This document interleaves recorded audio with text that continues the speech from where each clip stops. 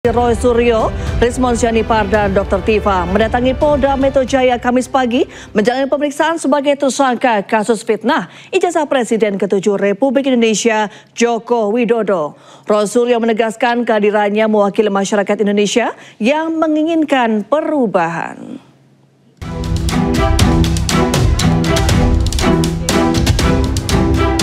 Roy Suryo, Rismon Sianipar, dan Tifauzia Tiasuma atau Dr. Tifa tiba di Polda Metro Jaya Kamis pagi untuk menjalani pemeriksaan usai ditetapkan sebagai tersangka kasus tuduhan ijazah palsu Presiden ke-7 Republik Indonesia Joko Widodo. Sebelum menjalani pemeriksaan, Roy Suryo dan Rismon Sianipar sempat memberikan keterangan kepada awak media. Sementara Dr. Tifa telah lebih dulu memasuki gedung Ditreskrimum Polda Metro Jaya. Roy Suryo menegaskan kehadirannya mewakili masyarakat Indonesia yang menginginkan perubahan. Ia beralasan selama ini Indonesia diklaim telah dipimpin rezim yang menggunakan segala cara untuk berkuasa. Sebelumnya, polisi menetapkan Roy Suryo dan 7 orang lainnya sebagai tersangka terkait tudingan ijazah palsu Jokowi. Klaster pertama yaitu pengacara Egy Sujana, Kurnia Trirahyani, Damai Hari Lubis, Rustam Effendi, dan Muhammad Rizal Fadila. Sementara untuk klaster 2 yakni Roy Suryo, Dr. Tifauzia Tiasuma alias Dr. Tifa, dan ahli digital forensik Rismon Hasiolan Sianipar. Dari Jakarta, Ismalia Aristiawan Sutrisno Anyus melaporkan. Roy Suryo, Rismon Sianipar, dan Dr. Tifa mendatangi Polda Metro Jaya Kamis pagi menjalani pemeriksaan sebagai tersangka kasus fitnah ijazah Presiden ke-7 Republik Indonesia Joko Widodo. Roy Suryo menegaskan kehadirannya mewakili masyarakat Indonesia yang menginginkan perubahan.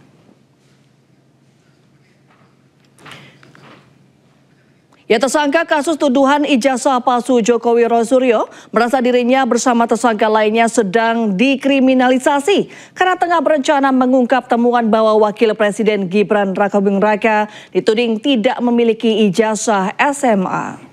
Kami mewakili seluruh rakyat Indonesia yang menginginkan perubahan atas negeri ini. Negeri ini sudah lama lebih dari satu dekade mengalami suatu rezim yang sangat jahat, sangat bengis, dan utamanya adalah yang telah menggunakan segala cara, menggunakan segala daya, termasuk ada penggunaan ijazah palsu yang kemudian tidak berani terbongkar sampai dengan sekarang. Dan kami ini juga untuk menegakkan kebenaran. Jangan sampai Pak Prabowo Subianto sebagai presiden yang ada sekarang mengulangi kesalahan yang dilakukan pada rezim yang lalu yang telah mempidanakan 2 anak bangsa, yaitu Bambang Trimulyono dan juga Gus Nur. Masa rela Pak Prabowo malah menambah dengan angka saktinya. Pak Prabowo kan suka angka 8, masa di rezim Pak Prabowo tambah 8 lagi yang akan dipidanakan. Itu kan sungguh luar biasa, Dan saya tahu ini mungkin bukan kesalahannya Pak Prabowo, tapi ini adalah kesalahan dari orang-orang yang ada sekitar Pak Prabowo untuk membusukkan presiden. Jadi sekali lagi kami hadir atas nama rakyat Indonesia untuk melakukan ini, dan kami menyatakan bahwa ini kami tahu bahwa kami akan dikriminalisasi. Dan kenapa kami tahu? Karena apalagi setelah saya, Dr. Rismon dan Dr. Tifa itu udah merencanakan akan menerbitkan buku yang kedua. Buku yang kedua judulnya ada Gibran Black Paper. Dan itu terbukti dengan saya pulang minggu yang lalu dari Sydney dan membuktikan bahwa Gibran memang tidak punya ijazah SMA. SMA-nya tidak hanya SMA luar negeri, tapi bahkan kalau diserahkan dalam negeri. Dan ini yang semakin buat panik, dan kemudian justru ini adalah langkah kita untuk semakin menegakkan kebenaran. Ini Bang, masalah siap atau enggak, harusnya penyidik yang harus lebih siap untuk menuduh kami mengedit atau merekayasa. Mana yang kami rekayasa? Kalau itu tidak terbukti, nanti saya berencana untuk menuntut kepolisian sebesar 126 triliun rupiah. 1 tahun anggaran kepolisian. Jadi jangan sampai tuduhan itu adalah tuduhan tanpa basis ilmiah. Apa yang kami lakukan, ada itu namanya ilmunya, digital image processing. Jangan sampai ilmu tersebut jadi ilmu terlarang. Memproses citra digital atau video digital bukan berarti merekayasa atau mengedit. Itu berbasis algoritma. Yang kedua, saya yakin kecepatan penanganan atau penersangkaan ini berketepatan dengan memang gerilya kami dalam membongkar, terutama kepulangan dari Pak Roy Suryo dari Sydney. Jadi kami memang sudah berencana, ada draft kasarnya ini, bukunya nanti Gibran Endgame atau Gibran Black Paper terserah. Dan untuk mengetahui situasi terkini, kami telah terhubung dengan jurnalis iNews Jessica Winoto di gedung Polda Metro Jaya. Selamat sore Jessica, bagaimana jalannya pemeriksaan hari ini? Ya, selamat sore Reni dan juga pemirsa. Untuk kondisi terkini atau update terkini dari proses pemeriksaan dari tersangka Roy Suryo, Dr. Tiva dan juga Rismon Sianipar, yang mana kita ketahui bahwa pada hari ini adalah hari pertama Roy Suryo CS ini diperiksa oleh tim penyidik Polda Metro Jaya sebagai tersangka pertama kalinya. Lalu juga bahwa kami juga mendapatkan informasi, Reni dan juga pemirsa, bahwa Roy Suryo dan Dr. Tiva lalu juga dari Rismon Sianipar telah memasuki ruang pemeriksaan sejak pukul 10.15 pagi waktu Indonesia Barat tadi, yang mana mengartikan Roy Suryo CS ini sudah menjalani pemeriksaan selama 4 jam lebih lamanya.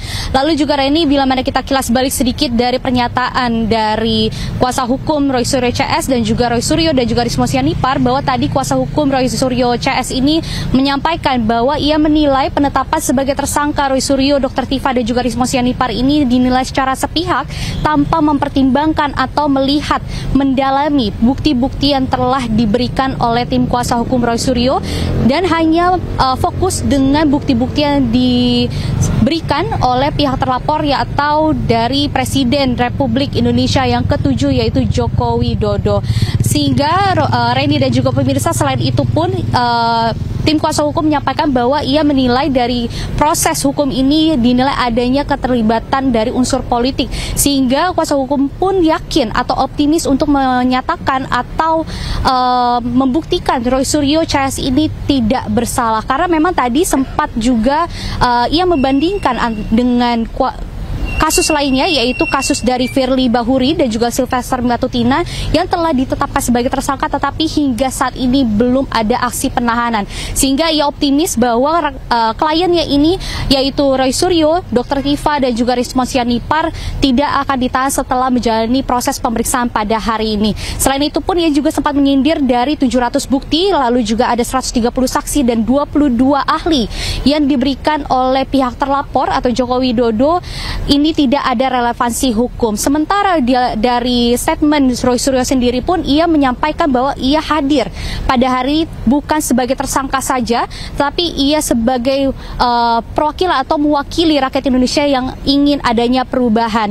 Dan ia juga menyampaikan bahwa penetapan ia sebagai tersangka ini adalah bentuk kriminalisasi dari Polda Metro Jaya, karena ia memang sedang merencanakan untuk merilis bukunya yang kedua, yaitu yang berjudul Gibran Black Paper, yang mana ini dalam buku ini membahas atau pembuktian dari dirinya bahwa Gibran Rakabuming Raka selaku Wakil Presiden Republik Indonesia yang ke-8 ini tidak memiliki ijazah SMA. Sementara untuk yang terakhir dari pernyataan Rismon Sianipar, ia juga menyampaikan ia siap untuk menuntut kembali Polda Metro Jaya sebesar 126 triliun bila mana bukti-bukti yang telah diberikan nantinya tidak terbukti secara sah dan benar secara hukum.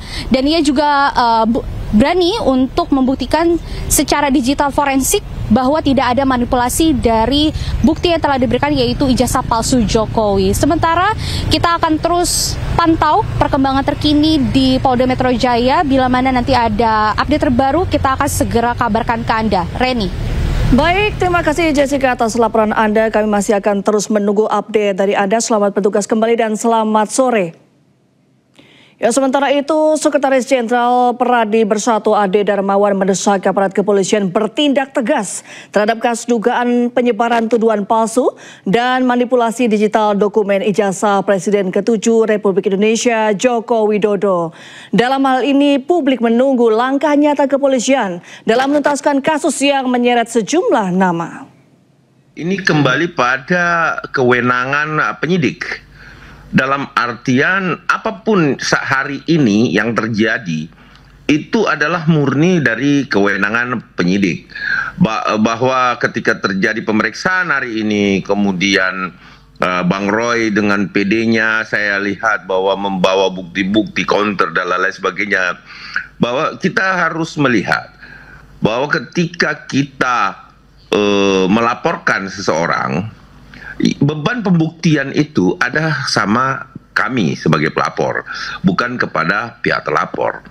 Nah, yang aktif saat ini, ya, sampai saat ini adalah tentu Kepolisian Negara Republik Indonesia, karena pelapor sudah menyerahkan persoalan ini kepada pihak kepolisian.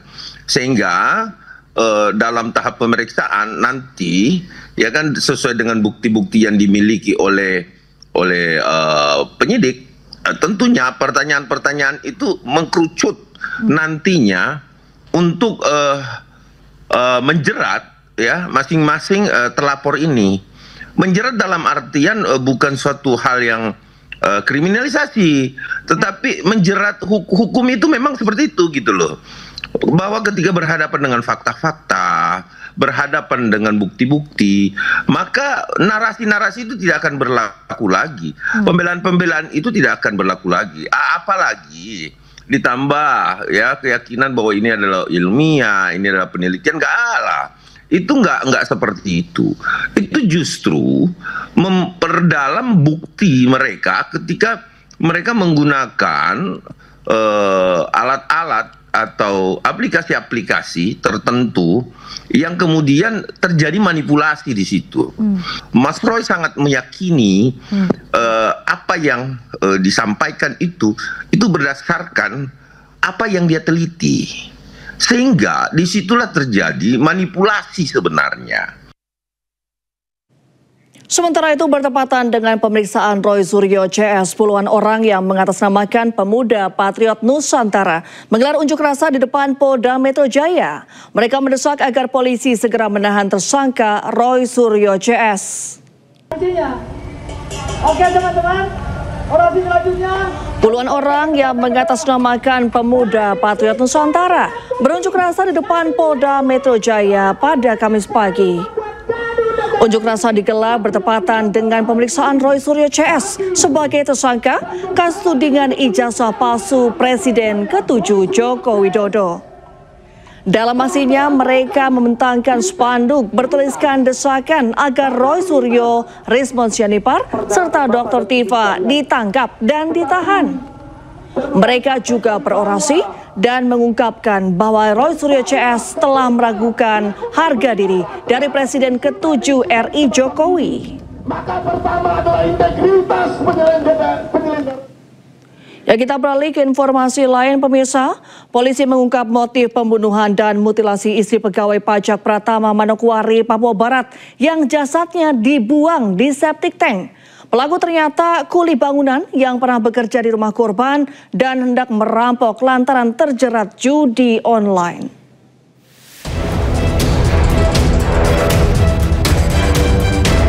Kepolisian Resor Kota Manokwari berhasil mengungkap motif pembunuhan sadis AGT, istri pegawai kantor pelayanan pajak Pratama Manokwari, Papua Barat yang jasadnya dibuang ke septic tank. Polisi menyebut pelaku memiliki niat awal merampok korban karena terjerat judi online.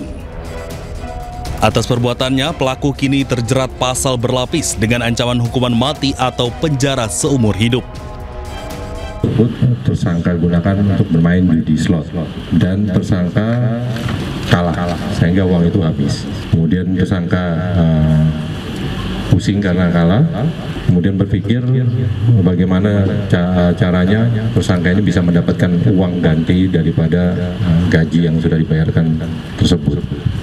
Kemudian terpikirlah untuk melakukan perampokan, yaitu tadi di hari Minggu, tanggal 9 November 2025. Tindak pidana pembunuhan disertai perampokan terjadi saat suami korban tengah berada di kantornya di kawasan Arfaik, Senin 10 November lalu. Tersangka datang ke rumah korban untuk meminta sejumlah uang, namun permintaan itu ditolak. Pelaku kemudian menganiaya korban hingga meninggal dunia dan memasukkan jasad korban ke dalam kontainer dan memesan jasa mobil angkut barang untuk membawa tubuh korban ke tempat pelaku bekerja di sebuah rumah kosong. Pelaku kemudian memutilasi korban menjadi 3 bagian, membuang tubuh korban ke dalam septic tank dan mengecor bagian atas untuk menghilangkan jejak. Laporan hilangnya korban pertama kali disampaikan oleh suaminya setelah ditemukan jejak darah di rumah kontrakan mereka. Dari Manokwari, Papua Barat, Chandri Suripati, iNews melaporkan.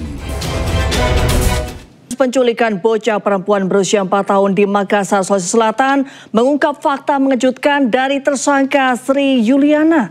Salah seorang anak Sri Yuliana mengungkap 2 adiknya yang masih balita juga dijual ibunya.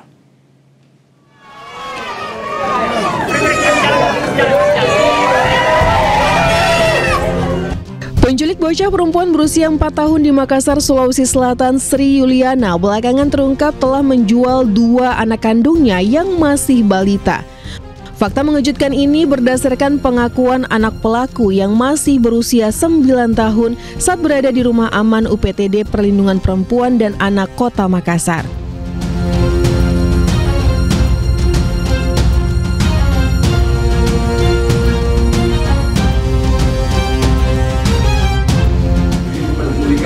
Menurut petugas, Sri Yuliana sendiri diketahui memiliki 5 anak. Kini anak-anak Sri berada di bawah perlindungan Dinas PPA Makassar. 2 anak pelaku sementara ditampung di rumah aman karena tidak memiliki keluarga yang dapat menjamin keselamatan mereka. Sri Yuliana sebelumnya ditangkap pekan lalu setelah menculik bocah perempuan berusia 4 tahun di Taman Pakui Sayang, Makassar, Sulawesi Selatan dan menjualnya seharga 3 juta rupiah. Siapa namanya itu? Tim Liputan iNews melaporkan. Ya, di tengah sukacita pertemuan Bilqis dengan orang tuanya, masih ada 2 anak lain yang belum diketahui keberadaannya. Salah satu di antaranya bahkan telah hilang sejak 3 tahun silam.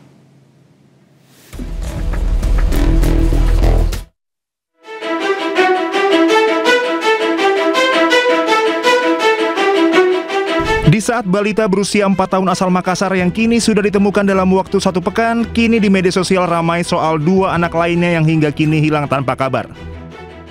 Adalah Alvaro Kiano Nugroho, bocah berusia 6 tahun yang hilang di Pesanggerahan, Jakarta Selatan. Alvaro dinyatakan hilang sejak 6 Maret lalu yang artinya telah berlangsung selama 8 bulan.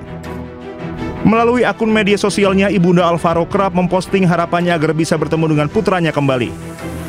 Sementara polisi sendiri mengatakan masih mencari keberadaan Alvaro ke sejumlah wilayah seperti Cilegon, Banten hingga ke Batam, Kepulauan Riau. Kakek Alvaro Kiano Nugroho mengaku sudah menempuh berbagai cara menemukan cucunya yang sudah hilang sejak Maret lalu. Keluarga berharap penemuan Bilqis bisa membantu mengungkap keberadaan Alvaro. Sampai sekarang ini berita ini sampai saat ini belum ada titik terang yang sifatnya menunjukkan di mana cucu saya Alvaro Kiano Nugroho itu berada. Sampai sekarang itu baik dari pihak kepolisian maupun dari manapun juga belum ada mengatakan yang pasti keberadaannya. Karena sudah dari tanggal 6 Maret sampai sekarang ini juga belum ada titik terang keberadaan cucu saya Alvaro di mana gitu. Namun kita pun juga masih tetap berusaha untuk mencari, walaupun kita dengan melalui kita mencari di pelosok-pelosok maupun dari petunjuk-petunjuk orang yang pintar, orang ngerti atau paranormal, kita tetap menggunakan metode itu untuk mencari titik terangnya cucu saya. Namun sampai saat ini juga belum ada titik terang yang mengatakan Alvaro itu ada di A, di B, di C gitu. Belum ada sampai sekarang ini. Nah, maka saya juga berharap dengan adanya ini juga bisa, semoga juga bisa segera menemukan cucu saya Alvaro Kiano Nugroho kembali ke rumah, kembali ke keluarga dalam keadaan sehat walafiat. Selain Alvaro Kiano Nugroho, ada juga balita bernama Kenzi Alvarezi yang hingga kini belum diketahui keberadaannya. Bocah laki-laki ini diketahui hilang sejak 1 September 2022 atau masih berusia 3 tahun. 3 tahun berlalu, keberadaan Kenzi belum diketahui. Saat itu Kenzi menemani ibunya berjualan di warung depan rumahnya di Dusun Danau, Kabupaten Bungo, Jambi. Namun nahas, saat ibunya selesai melayani pembeli, Kenzi tiba-tiba sudah tidak ada di tempatnya bermain. Keluarga menyebut hingga kini tidak ada lagi kabar dari kepolisian mengenai perkembangan pencarian putranya. Tim Liputan iNews melaporkan. Ya, Polda Sulawesi Selatan dan Barreskrim Polri melacak jejak digital para tersangka dalam melakukan transaksi ilegal berkedok adopsi. Sejauh ini polisi telah menetapkan 4 tersangka penculikan dan penjualan Bilqis.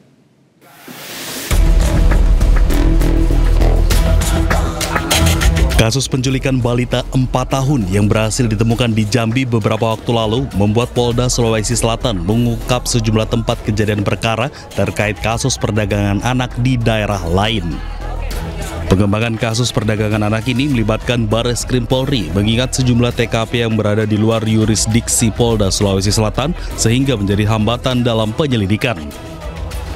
Dalam kasus ini, polisi telah menetapkan 4 orang tersangka. Para tersangka diduga memperjualbelikan korban hingga 3 kali. Perkembangan ini ada beberapa TKP yang kaitannya dengan penjualan anak ataupun bayi yang terjadi.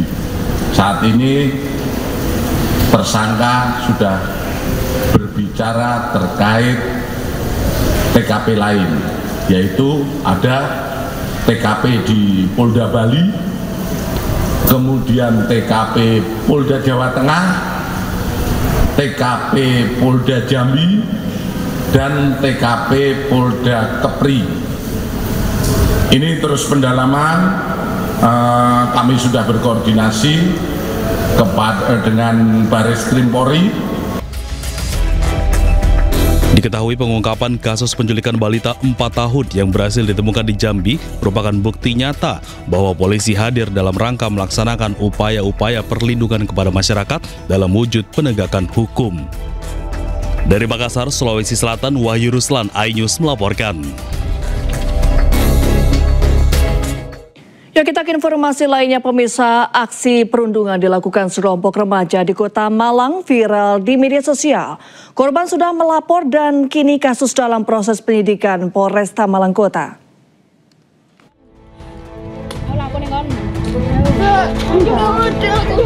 Dari video yang beredar, seorang anak perempuan yang dianiaya 3 pelaku yang juga perempuan mendapat kekerasan fisik. Dalam video, korban hanya terdiam dan tidak melawan.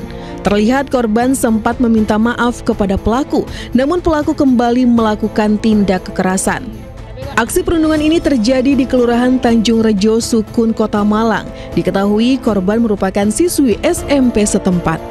Satreskrim sudah mendampingi korban dan ibu korban untuk melaporkan kejadian tersebut dan sudah dilaksanakan pemeriksaan awal. Dugaan adanya kekerasan terhadap anak, laksanakan mintai keterangannya terhadap terduga pelaku yang melaksanakan kekerasan terhadap korban. Terkait kasus ini, polisi segera memanggil pelaku perundungan. Dari pemeriksaan yang telah dilakukan, korban mengalami luka akibat kekerasan yang dialaminya. Dari Malang, Jawa Timur, Denny Irwansyah, iNews melaporkan. Suryo Rismon Sianipar dan Dr. Tifa diperiksa sebagai tersangka kasus fitnah ijazah palsu Presiden ke-7 Republik Indonesia Joko Widodo. Roy Suryo menegaskan kehadirannya mewakili masyarakat Indonesia yang menginginkan perubahan.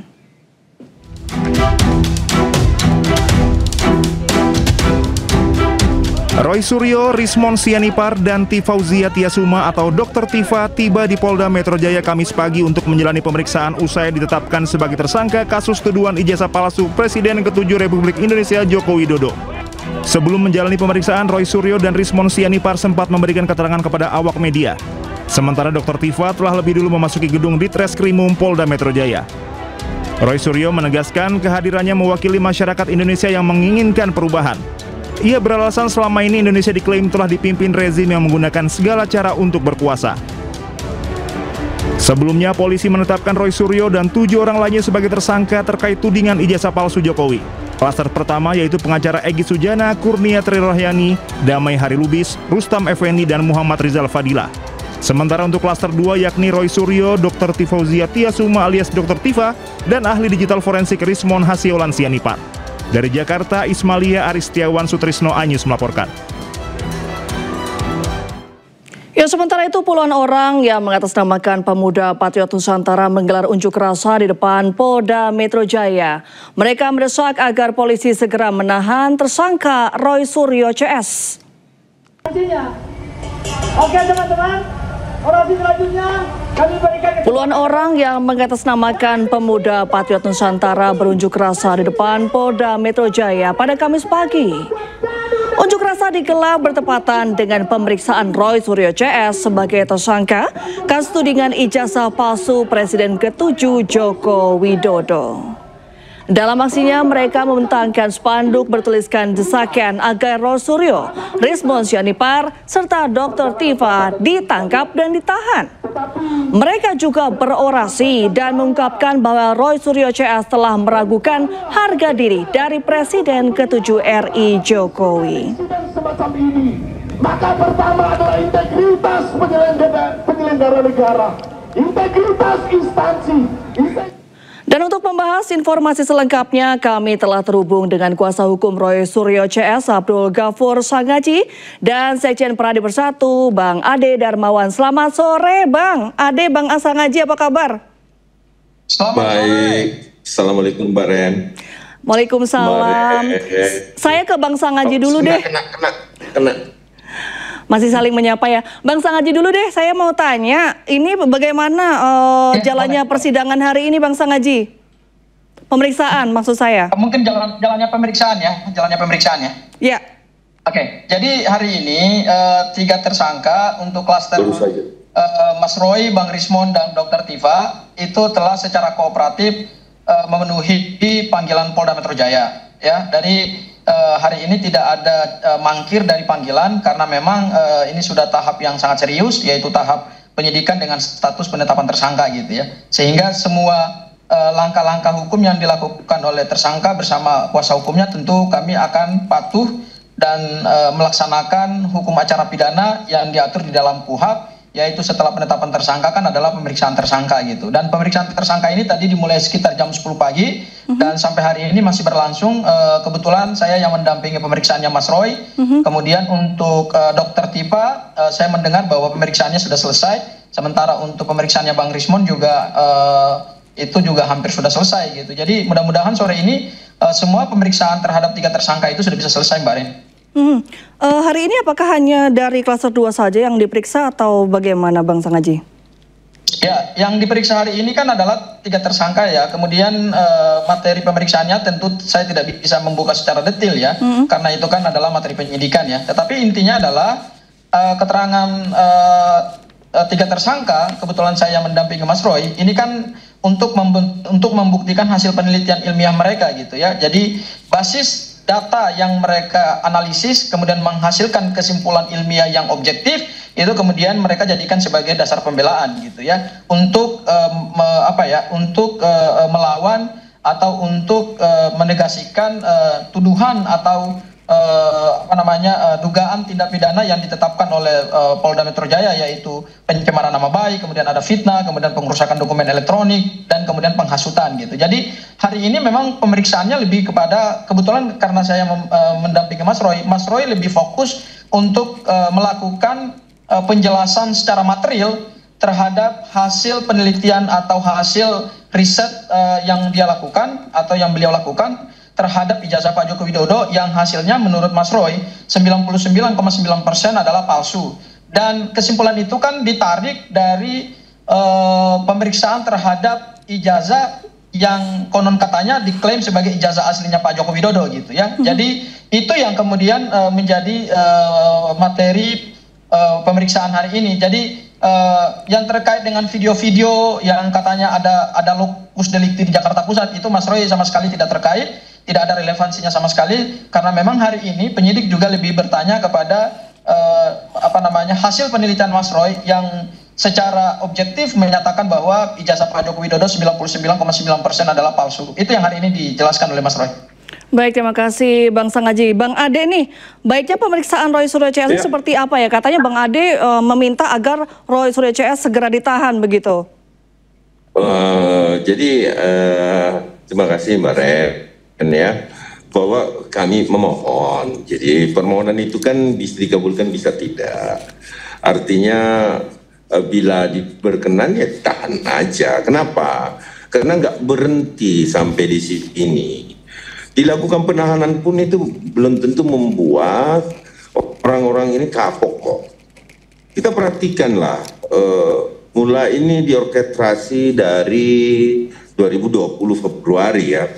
Ada data yang kita temukan, Mas Roy itu sudah melakukan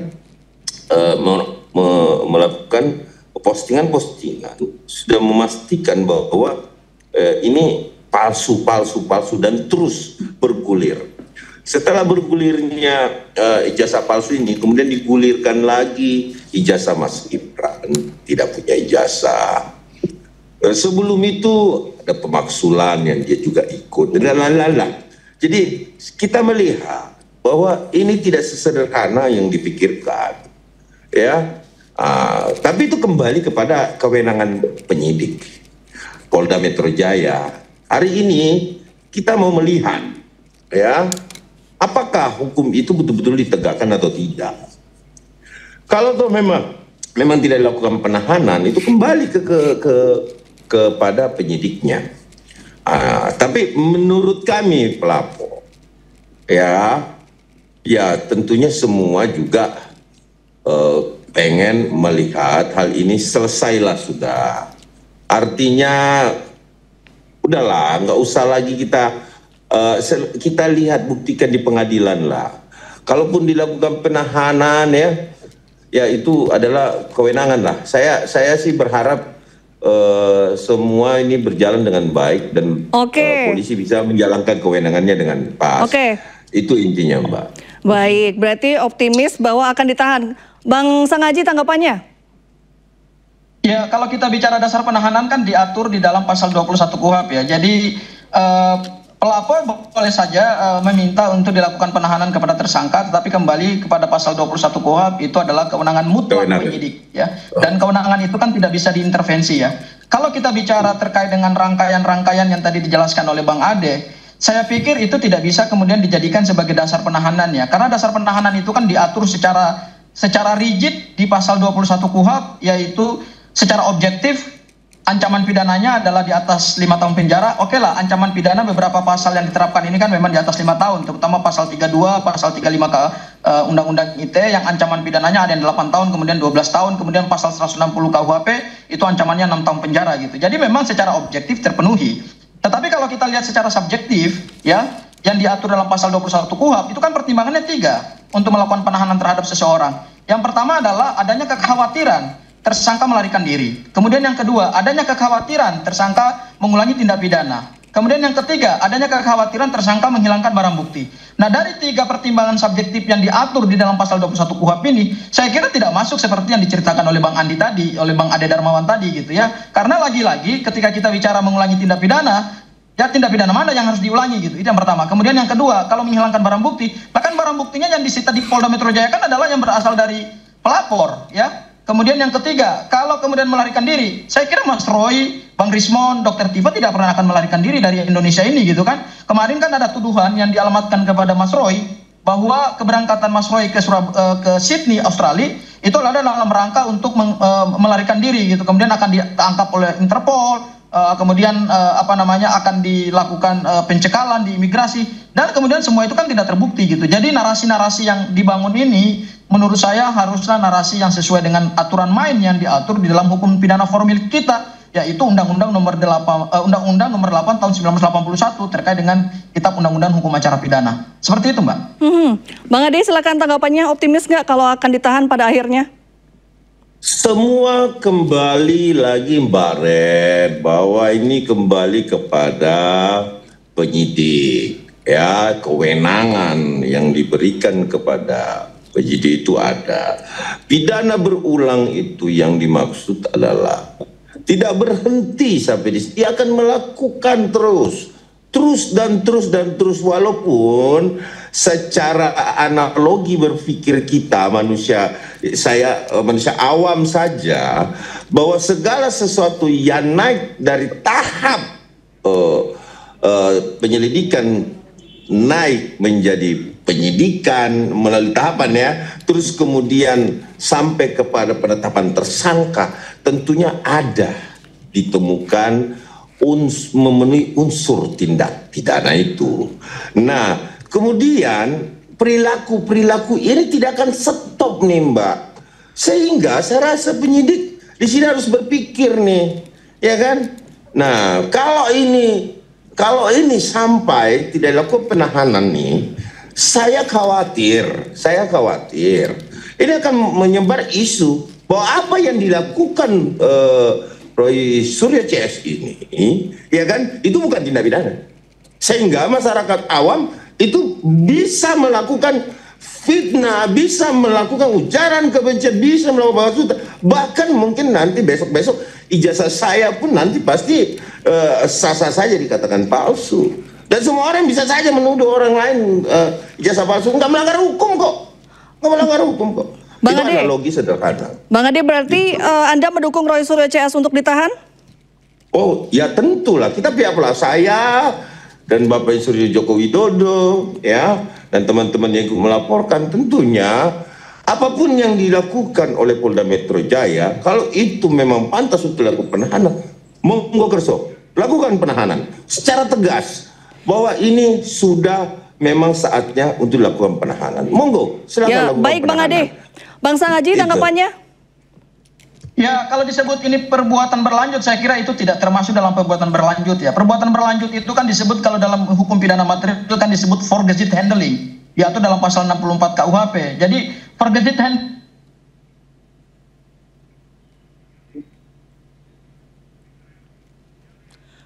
Baik, sepertinya itu adalah rangkaian perbuatan gitu. Jadi itu sesuatu yang salah.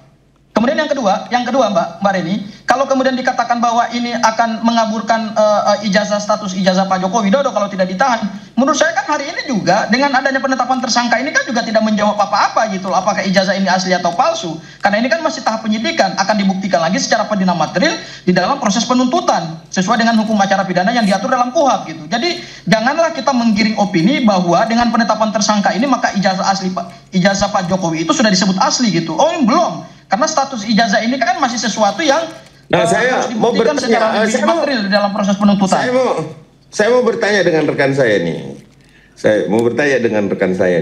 Jadi menurut baik.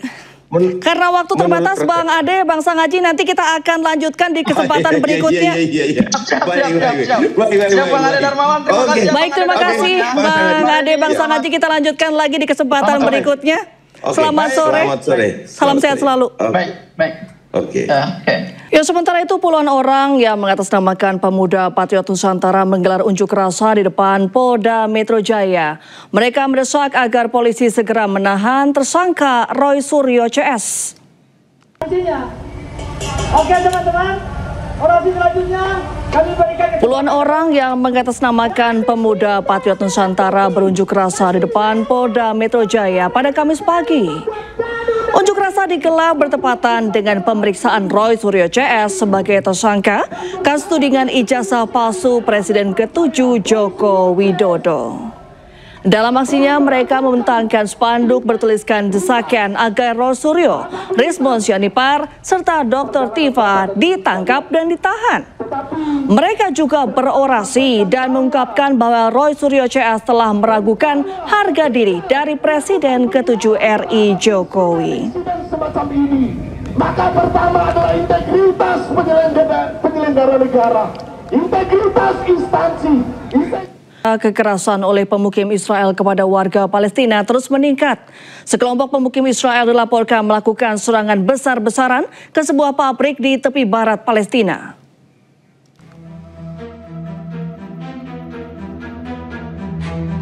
Pemukim ilegal Israel kembali melakukan serangan besar-besaran di berbagai wilayah di tepi barat. Di Tulkarem, barat laut tepi barat, pemukim Israel melakukan serangan besar-besaran di kawasan industri di timur kota dekat Beit Lit yang menyebabkan kebakaran besar dan melukai sejumlah warga. Pemukim ilegal Israel membakar sejumlah kendaraan di dalam kawasan industri termasuk 4 truk milik pabrik susu dan menyebabkan kerusakan pada pabrik tersebut. Serangan tersebut juga mencakup area pertanian, ruang timah, dan tenda milik warga Palestina yang terdiri dari beberapa keluarga. Pemukim ilegal juga melemparkan batu ke arah warga dan melukai 2 warga Palestina di bagian kepala. Pasukan pendudukan Israel juga dilaporkan menyerbu daerah tersebut dan memberikan perlindungan bagi para pemukim. Ya, Perdana Menteri Spanyol Pedro Sanchez mengumumkan akan memberikan bantuan sebesar 46 juta euro kepada otoritas Palestina. Pihaknya juga berjanji untuk memantau secara ketat Israel dan Hamas guna mematuhi perjanjian damai.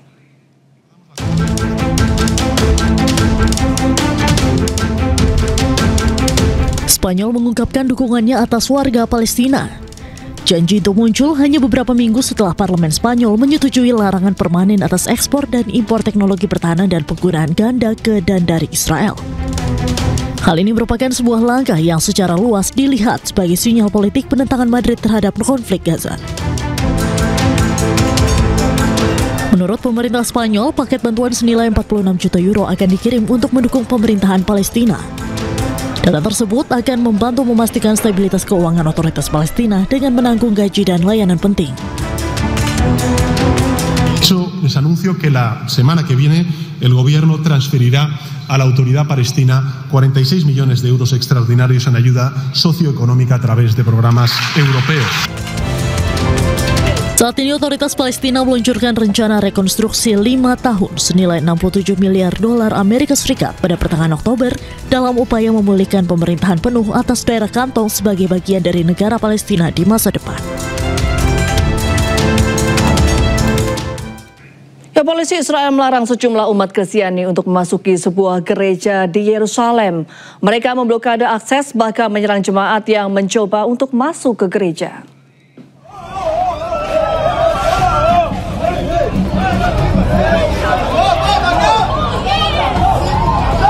Rekaman amatir menunjukkan sejumlah personel kepolisian Israel mengadang umat Kristiani di Yerusalem yang ingin beribadah ke gereja. Mereka memblokade akses masuk ke gereja serta memasang pagar di sekitar. Sejumlah jemaat pun berupaya untuk menerobos masuk namun didorong oleh para personel kepolisian. Ketegangan antara polisi dan jemaat gereja pun terlihat, teriakan serta dorongan juga mewarnai situasi di halaman depan gereja. Insiden ini pun memicu kecaman warganet yang menilai tindakan tersebut sebagai pelanggaran hak beribadah. Israel telah mulai membangun tembok perbatasan baru di wilayah Lebanon. Hal ini pun memicu kekhawatiran penduduk setempat akan adanya perampasan tanah.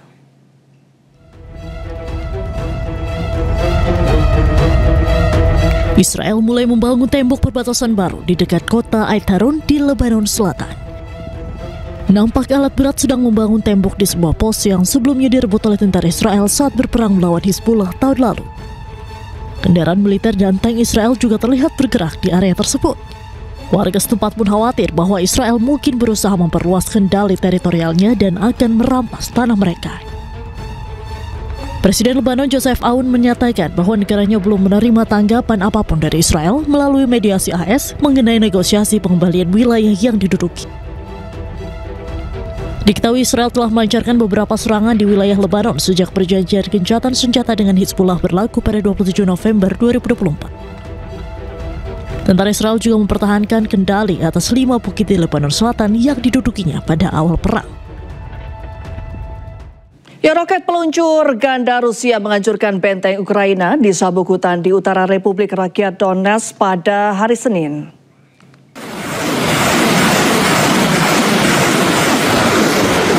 Rekaman yang dirilis oleh Kementerian Pertahanan Rusia menunjukkan Grad MLRS dari grup pasukan pusat menembakkan 35 rudal jenis Salvo, roket 122 mm pada jarak lebih dari 15 km. Serangan dilakukan setelah menerima laporan intelijen tentang lokasi pasukan Ukraina berkumpul. Rusia mengklaim serangan tersebut menyebabkan kerugian signifikan bagi pasukan Ukraina. Tanggal dan lokasi serangan serta korban jiwa belum dapat diketahui.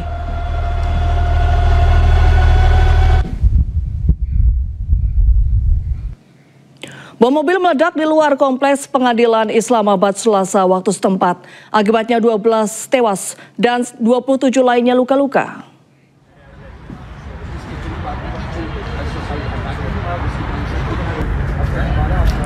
Dahsyatnya ledakan membuat sejumlah kendaraan rusak, menewaskan sedikitnya 12 orang dan melukai 27 lainnya.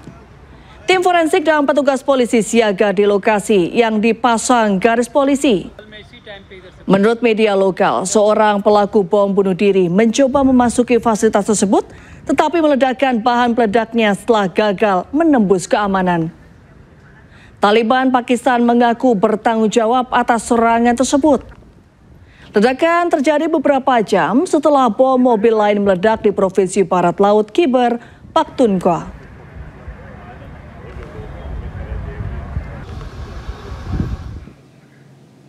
Pemirsa, Perdana Menteri India Narendra Modi mengunjungi para korban ledakan Benteng Merah di Rumah Sakit Lok Nayak di New Delhi. Perdana Menteri tiba di rumah sakit dan berinteraksi dengan beberapa korban yang terluka. Korban ledakan mobil tersebut dirawat intensif di Rumah Sakit Lok Nayak. Setelah kunjungan ke rumah sakit, PM Modi memimpin rapat tinjauan keamanan tingkat tinggi yang dihadiri oleh Menteri Pertahanan, Menteri Dalam Negeri, Penasihat Keamanan Nasional, dan Kepala Badan Intelijen dan Keamanan. Pertemuan tersebut difokuskan pada pengembangan strategi mengatasi dampak serangan dan mencegah insiden di masa mendatang.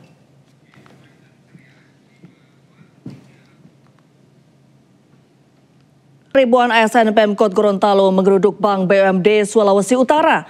Mereka menuntut untuk mengembalikan aset daerah berupa tanah yang saat ini dijadikan kantor bank, serta meminta modal saham 30 miliar rupiah dikembalikan pasca pemutusan kerjasama.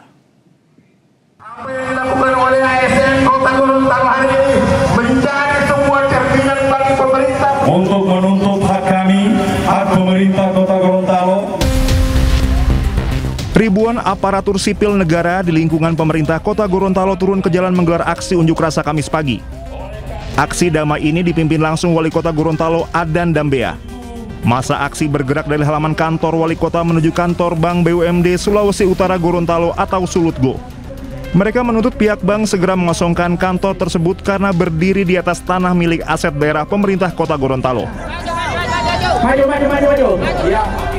Selain itu, massa juga mendesak mengembalikan modal saham pemerintah senilai 35 miliar rupiah pasca pemutusan kerjasama antara pihak bank dan Pemkot Gorontalo beberapa bulan lalu. Kita berjuang untuk memperoleh hak kita yang selama ini berbagai macam cara PSG agar tidak uang kita yang ada 30 miliar ada. Sementara kita berpendapat bahwa uang ini nantinya 36 miliar ini kita akan gunakan membangun kantor wali kota di terminal Apabua. Sementara itu, pihak bank mengungkapkan masalah ini akan dikoordinasikan dengan para direksi untuk dicarikan solusi.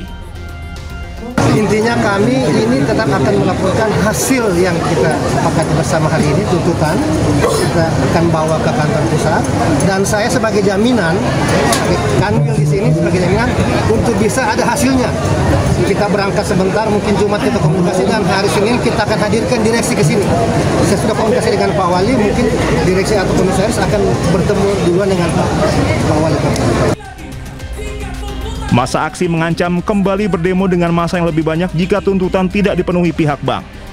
Dari Gorontalo, Nur Faizila Hasan, iNews melaporkan.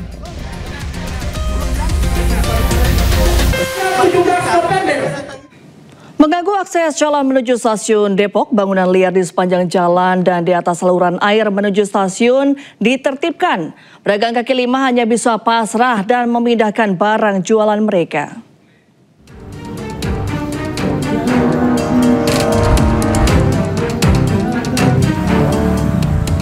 Puluhan petugas gabungan Satpol PP, Kepolisian, TNI, Dinas Perhubungan, dan PT KAI menertibkan bangunan liar yang berdiri di sepanjang jalan dan saluran air menuju stasiun Depok Lama, Kota Depok, Jawa Barat. Deretan kios serta lapak semi permanen yang sudah bertahun-tahun berdiri dirobohkan petugas. Sejumlah pedagang hanya bisa pasrah dan memindahkan barang dagangan mereka. Pedagang mengaku sudah mendapati surat peringatan sebanyak 3 kali.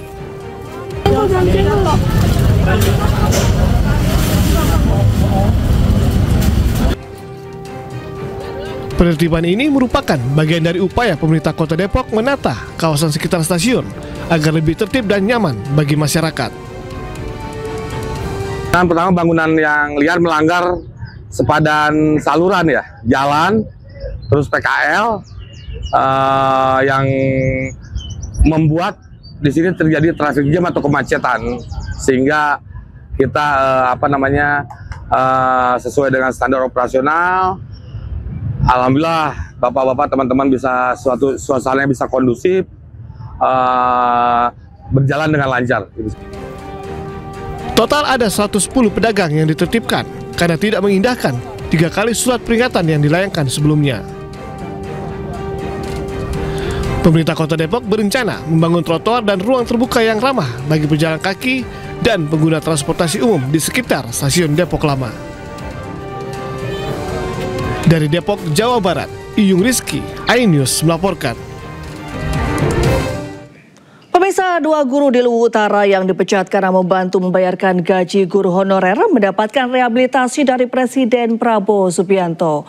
Presiden memberikan surat rehabilitasi mengembalikan nama baik keduanya setelah menghadapi kasus hukum sampai tingkat kasasi.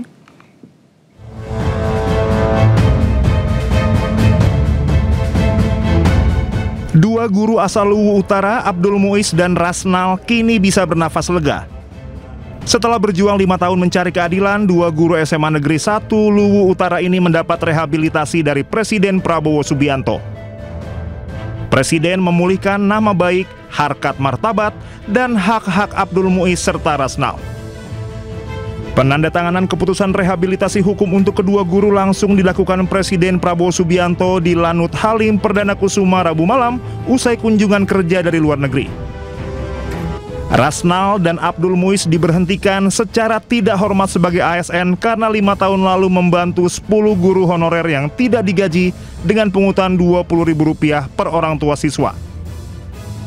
Niat baik justru membuat mereka berhadapan dengan hukum hingga persidangan sampai akhirnya divonis bersalah oleh Mahkamah Agung. Berdasarkan aspirasi dari masyarakat yang beredar di media sosial dan juga kemudian Pak Abdul Muiz dan Pak Rasnal ini diantar ke DPRD Provinsi Sulawesi Selatan pada hari ini, dan kemudian dari teman-teman DPRD Provinsi Sulawesi Selatan tadi datang mengantarkan ke DPR RI dan kami terima, dan malam ini setelah koordinasi dengan Mensesnek kami antar ke Halim untuk bertemu dengan Bapak Presiden, dan alhamdulillah tadi sudah ditandatangani surat pemberian rehabilitasi kepada kedua guru ini. Dan kemudian kami selama 1 minggu terakhir ini berkoordinasi dan meminta petunjuk kepada Bapak Presiden, dan kemudian beliau mengambil keputusan untuk menggunakan hak beliau sebagai Presiden untuk memberikan rehabilitasi kepada 2 orang guru dari SMA 1 ya, SMA 1 Luwu Utara gitu. Dengan harapan ini dapat mengembalikan nama baik beliau berdua. Apapun yang sudah terjadi itu menjadi pembelajaran bagi kita semua. Bagaimanapun guru adalah pahlawan-pahlawan tanpa tanda jasa yang harus kita perhatikan, harus kita hormati, dan juga harus kita lindungi. Setelah kami bertemu dengan Bapak Presiden, alhamdulillah Bapak Presiden telah memberikan kami rehabilitasi, dan itu sebuah, saya tidak bisa mengatakan sesuatu kepada Bapak Presiden. Terima kasih Bapak Presiden, terima kasih kepada Bapak Mensesnek dan teman-teman Partai Gerindra. Saya bersyukur kepada Allah Subhanahu wa taala. Dengan jalan ini kami telah memperoleh keadilan sekarang dan direhab, kami punya nama baik. Terima kasih teman-teman media. Harapan ke depannya seperti apa Pak setelah mendapatkan rehabilitasi? Semua ke depan tidak ada lagi kriminalisasi terhadap guru-guru yang sedang berjuang di lapangan, dan itu sekarang ini teman-teman ini selalu dihantui bahwa kalau kita sedikit berbuat salah selalu ada hukuman-hukuman yang tidak pantas. Pemberian rehabilitasi hukum ini diputus berdasarkan adanya aspirasi dari masyarakat di media sosial. Lewat rehabilitasi ini, otomatis nama baik serta hak 2 guru Luwu Utara ini dipulihkan. Tim Liputan iNews melaporkan. Aksi perundungan dilakukan sekelompok remaja di Kota Malang viral di media sosial. Korban sudah melapor dan kini kasus dalam proses penyidikan Polresta Malang Kota.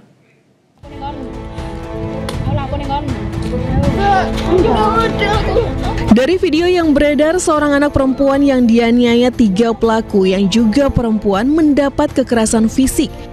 Dalam video, korban hanya terdiam dan tidak melawan.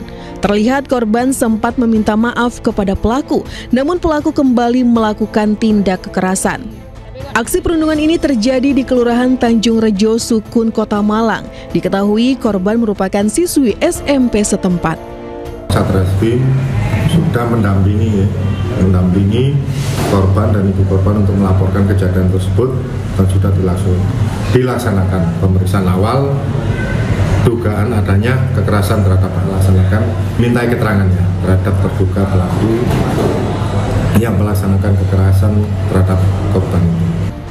Terkait kasus ini, polisi segera memanggil pelaku perundungan. Dari pemeriksaan yang telah dilakukan, korban mengalami luka akibat kekerasan yang dialaminya. Dari Malang, Jawa Timur, Denny Irwansyah, iNews melaporkan. Kita ke informasi lain, pemirsa. 13 pasien korban ledakan SMA Negeri 72 Kelapa Gading, Jakarta Utara masih dirawat intensif di Rumah Sakit Islam Cempaka Putih, Jakarta Pusat. Kondisi keseluruhan korban mulai berangsur-angsur membaik.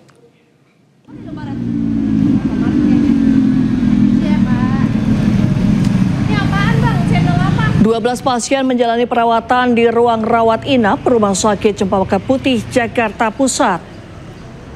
Direktur Utama Rumah Sakit Islam Cempaka Putih, Pradono Hangdojo, menyatakan kondisi pasien yang dirawat mengalami luka pada pendengaran akibat suara ledakan. Sementara satu pasien yang berada di ICU dengan luka bakar tingkat 3 memerlukan cangkok kulit sehingga dirujuk ke RSCM.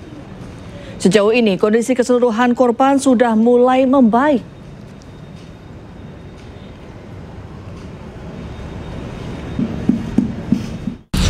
Jumlah pasien rawat inap 12 orang.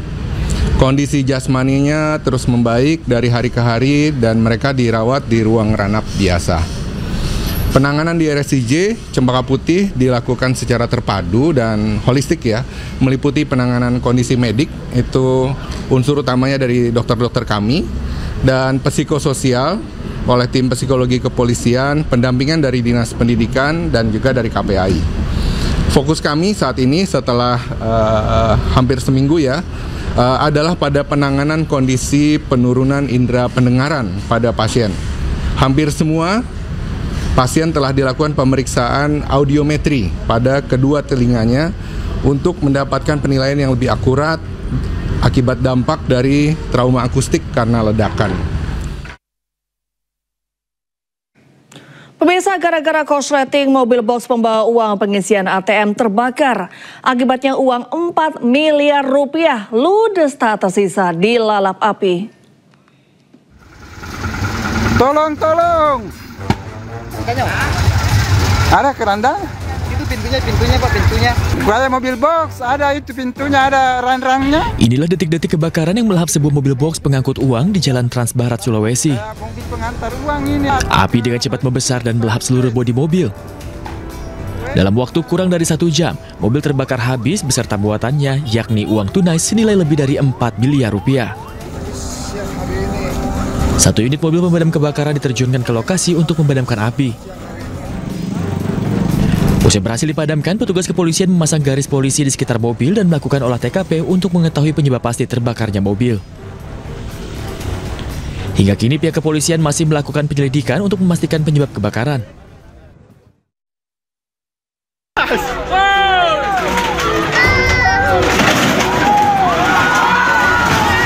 Warga merobohkan gubuk kosong yang sering digunakan untuk menggunakan sabu. Keberadaan gubuk tersebut membuat warga resah. Warga yang didominasi emak-emak pun menggerebek gubuk dan temukan alat hisap sabu. Usai menemukan barang bukti, keadaan itu menyulut amarah para emak-emak hingga terjadi pembongkaran paksa. Kepala desa setempat sudah memperingatkan pemilik agar gubuk segera dibongkar, namun tidak direspon. Ada sudah meresahkan di masyarakat ataupun masyarakat tidak nyaman lagi dengan adanya gubuk tersebut. Sebelumnya pihak desa sendiri apakah pernah melakukan peneguran ataupun pemberitahuan kepada pemilik pondok tersebut? Nah, sebelumnya di tahun 2024 itu sebenarnya sudah sampai ke Polsek Babu Salam dan ada surat pernyataan dari yang menempati gubuk tersebut bahwa itu akan dibongkar sendiri. Jadi setelah setahun berlalu masyarakat tidak sampai hari ini tidak dibongkar oleh pemiliknya. Pemerintah desa berharap polisi serius menangani peredaran narkoba di Aceh Tenggara, khususnya di desa Batu Bulan Asli. Dari Kabupaten Aceh Tenggara, Aceh, Medi Arjuna, iNews melaporkan. Pemirsa, ribuan ASN Pemkot Gorontalo menggeruduk Bank BUMD Sulawesi Utara. Mereka menuntut untuk mengembalikan aset daerah berupa tanah yang saat ini dijadikan kantor bank, serta meminta modal saham 35 miliar rupiah dikembalikan pasca pemutusan kerjasama. Oleh ASN Kota Gorontalo hari ini menjadi sebuah cerminan bagi pemerintah untuk menuntut hak kami, hak pemerintah Kota Gorontalo. Ribuan aparatur sipil negara di lingkungan pemerintah Kota Gorontalo turun ke jalan menggelar aksi unjuk rasa Kamis pagi. Aksi damai ini dipimpin langsung Wali Kota Gorontalo Adan Dambea. Masa aksi bergerak dari halaman kantor Wali Kota menuju kantor Bank BUMD Sulawesi Utara Gorontalo atau Sulutgo. Mereka menuntut pihak bank segera mengosongkan kantor tersebut karena berdiri di atas tanah milik aset daerah pemerintah Kota Gorontalo. Maju. Ya. Selain itu, massa juga mendesak mengembalikan modal saham pemerintah senilai 35 miliar rupiah pasca pemutusan kerjasama antara pihak bank dan Pemkot Gorontalo beberapa bulan lalu. Kita berjuang untuk memperoleh hak kita yang selama ini berbagai macam cara PSG agar tidak keluar uang kita yang ada 30 miliar ada. Sementara kita berpendapat bahwa uang ini nantinya 35 miliar ini kita akan gunakan membangun kantor wali kota di Terminal 14. Sementara itu pihak bank mengungkapkan masalah ini akan dikoordinasikan dengan para direksi untuk dicarikan solusi. Intinya kami ini tetap akan melaporkan hasil yang kita sepakati bersama hari ini, tuntutan kita akan bawa ke kantor pusat, dan saya sebagai jaminan, kami di sini sebagai jaminan untuk bisa ada hasilnya. Kita berangkat sebentar, mungkin Jumat kita komunikasi, dan hari Senin kita akan hadirkan direksi ke sini. Saya sudah komunikasi dengan Pak Wali, mungkin direksi atau komisaris akan bertemu duluan dengan Pak Wali. Masa aksi mengancam kembali berdemo dengan massa yang lebih banyak jika tuntutan tidak dipenuhi pihak bank. Dari Gorontalo, Nur Faizillah Hasan, iNews melaporkan.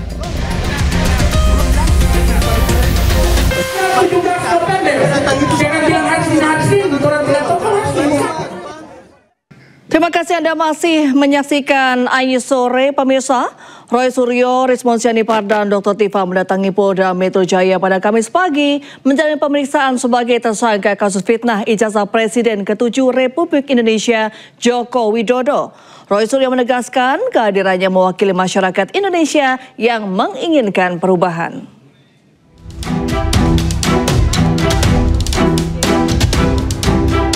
Roy Suryo, Rismon Sianipar, dan Tifauzia Tiasuma atau Dr. Tifa tiba di Polda Metro Jaya Kamis pagi untuk menjalani pemeriksaan usai ditetapkan sebagai tersangka kasus tuduhan ijazah palsu Presiden ke-7 Republik Indonesia Joko Widodo.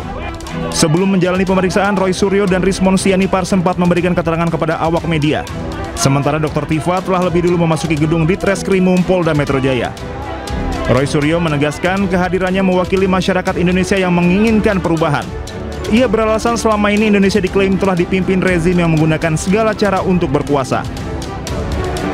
Sebelumnya, polisi menetapkan Roy Suryo dan 7 orang lainnya sebagai tersangka terkait tudingan ijazah palsu Jokowi. Klaster pertama yaitu pengacara Egy Sujana, Kurnia Trirohyani, Damai Hari Lubis, Rustam Effendi, dan Muhammad Rizal Fadilah. Sementara untuk klaster 2 yakni Roy Suryo, Dr. Tifauzia Tiasuma alias Dr. Tifa, dan ahli digital forensik Rismon Hasiolan Sianipar. Dari Jakarta, Ismalia Aristiawan Sutrisno, iNews melaporkan. Masalah siap atau enggak, ya Harusnya penyidik yang harus lebih siap untuk menuduh kami mengedit atau merekayasa. Ya, mana yang kami rekayasa? Kalau itu tidak terbukti, nanti saya berencana untuk menuntut kepolisian sebesar 126 triliun rupiah. 1 tahun anggaran kepolisian. Jadi jangan sampai tuduhan itu adalah tuduhan tanpa basis ilmiah. Apa yang kami lakukan, ada itu namanya ilmunya, ya, digital image processing. Jangan sampai ilmu tersebut jadi ilmu terlarang. Memproses citra digital atau video digital bukan berarti merekayasa atau mengedit. Itu berbasis algoritma, ya. Yang kedua, saya yakin kecepatan penanganan atau penersangkaan ini berketepatan dengan memang gerilya kami dalam membongkar, ya, terutama kepulangan dari Pak Roysuryo dari Sydney. Jadi kami memang sudah berencana, ada draft kasarnya ini, bukunya nanti Gibran Endgame atau Gibran Black Pepper, terserah.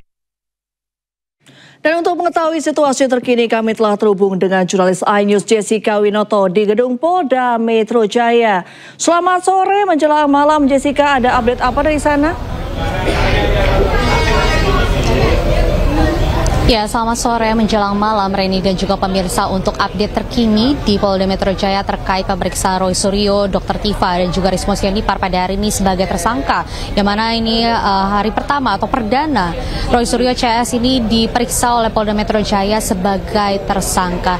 Dan hingga saat ini, Reni dan juga pemirsa, bahwa saat ini sudah mulai persiapan konferensi pers yang nantinya akan dibawakan oleh pihak Polda Metro Jaya untuk menyampaikan update terkini atau hasil pemeriksaan yang telah dijalani oleh Roysuryo CS. Karena memang informasinya bahwa Roysuryo, Dr. Tiva dan juga Rismon Sianipar telah memasuki ruang pemeriksaan sejak pukul 10:15 pagi waktu Indonesia Barat tadi, sehingga hingga saat ini mengartikan sudah sekitar 6 jam pemeriksaan dari Roysuryo CS terkait kasus atau polemik ijazah palsu Presiden Republik Indonesia ke-7, yaitu Joko Widodo. Dan adapun juga informasi kami dapatkan, bila kita kilas balik dari statement dari kuasa hukum Roysuryo CS dan juga Rismon Sianipar, bahwa ia tadi menyampaikan, bila mana untuk dari kuasa hukum, ia menyampaikan bahwa penetapan sebagai tersangka Roysuryo CS ini dinilai secara sepihak tanpa pertimbangan bukti-bukti yang telah diserahkan oleh pihak pelapor atau Roysuryo.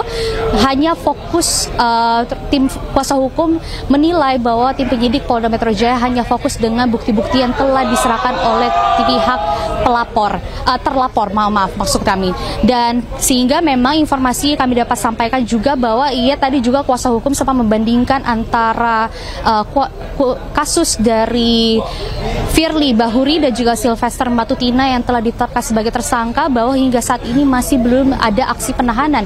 Sehingga memang ada rasa optimis dari kuasa hukum Roysuryo CS ini bahwa kliennya Roysuryo, Dr. Tiva dan juga Rismon Sianipar tidak akan ditahan. Dan lalu adapun juga tadi sempat menyampaikan bahwa sempat menyindir kasus atau bukti dari 700 bukti, 130 saksi dan 22 ahli yang telah dibawakan oleh pihak terlapor, yaitu Joko Widodo, tidak adanya relevansi hukum. Sehingga memang kita akan pantau apakah pada malam hari ini Roysuryo CS, Rismon Sianipar dan juga Dr. Tiva akan ditahan oleh Polda Metro Jaya terkait kasus ini. Karena memang kita akan terus memantau perkembangan situasi. Dan selain itu pun, Reni dan juga pemirsa, dapat kami sampaikan bahwa tadi pun Rismon Sianipar telah menegaskan bahwa ia siap membuktikan secara digital forensik bahwa tidak ada pemalsuan atau rekayasa bukti ijazah palsu dari Joko Widodo. Sehingga bila mana ada bukti-bukti yang diberikan oleh pihak penyidik Polda Metro Jaya ini tidak terbukti benar adanya, ia akan menuntut kembali Polda Metro Jaya sebesar 126 triliun rupiah. Sehingga Reni dan juga pemirsa, kita akan terus pantau perkembangan situasi dan juga hasil dari pemeriksaan yang nantinya akan dirilis oleh pihak Polda Metro Jaya, yang informasinya sebentar lagi akan diumumkan. Sementara itu, Reni.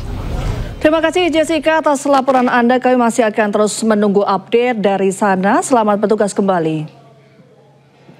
Ya, sementara itu bertepatan dengan pemeriksaan Roysuryo CS, puluhan orang yang mengatasnamakan Pemuda Patriot Nusantara menggelar unjuk rasa di depan Polda Metro Jaya. Mereka mendesak agar polisi segera menahan tersangka Roysuryo CS. Orasi selanjutnya kami berikan kesempatan kepada Puluhan orang yang mengatasnamakan Pemuda Patriot Nusantara berunjuk rasa di depan Polda Metro Jaya pada Kamis pagi. Unjuk rasa digelar bertepatan dengan pemeriksaan Roy Suryo CS sebagai tersangka kasus tudingan ijazah palsu Presiden ke-7 Joko Widodo. Dalam aksinya, mereka membentangkan spanduk bertuliskan desakan agar Roy Suryo, Rismon Sianipar, serta Dr. Tifa ditangkap dan ditahan.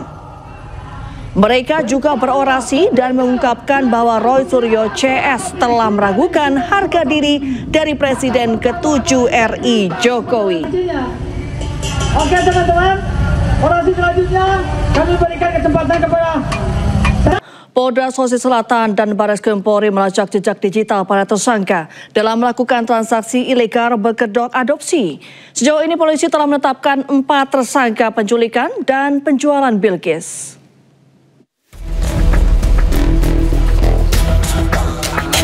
Kasus penculikan balita 4 tahun yang berhasil ditemukan di Jambi beberapa waktu lalu membuat Polda Sulawesi Selatan mengungkap sejumlah tempat kejadian perkara terkait kasus perdagangan anak di daerah lain. Pengembangan kasus perdagangan anak ini melibatkan Barreskrim Polri mengingat sejumlah TKP yang berada di luar yurisdiksi Polda Sulawesi Selatan sehingga menjadi hambatan dalam penyelidikan.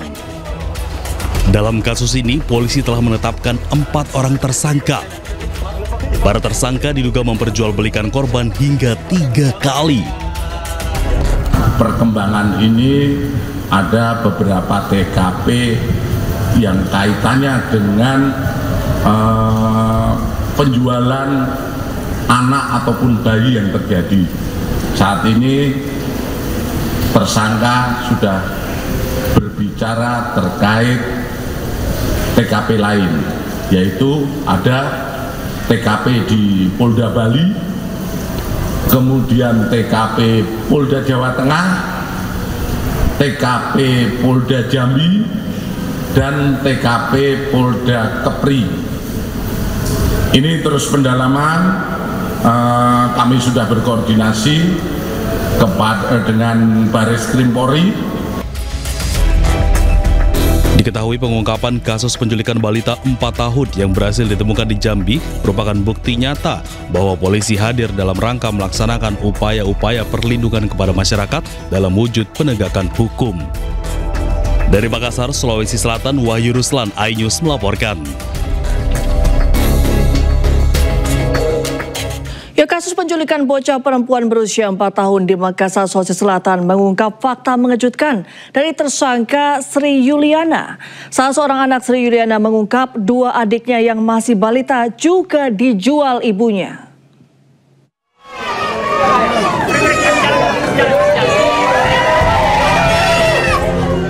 Penculik bocah perempuan berusia 4 tahun di Makassar, Sulawesi Selatan, Sri Yuliana belakangan terungkap telah menjual 2 anak kandungnya yang masih balita.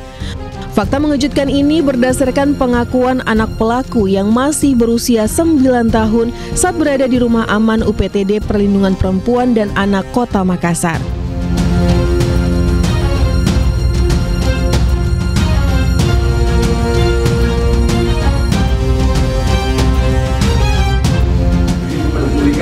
Menurut petugas, Sri Yuliana sendiri diketahui memiliki 5 anak. Kini anak-anak Sri berada di bawah perlindungan Dinas PPA Makassar. 2 anak pelaku sementara ditampung di Rumah Aman karena tidak memiliki keluarga yang dapat menjamin keselamatan mereka. Sri Yuliana sebelumnya ditangkap pekan lalu setelah menculik bocah perempuan berusia 4 tahun di Taman Pakui Sayang, Makassar, Sulawesi Selatan dan menjualnya seharga 3 juta rupiah. Siapa namanya itu? Tim Liputan iNews melaporkan. Di tengah sukacita pertemuan Bilqis dengan orang tuanya, masih ada 2 anak lain yang belum diketahui keberadaannya. Salah satu di antaranya bahkan telah hilang sejak 3 tahun silam.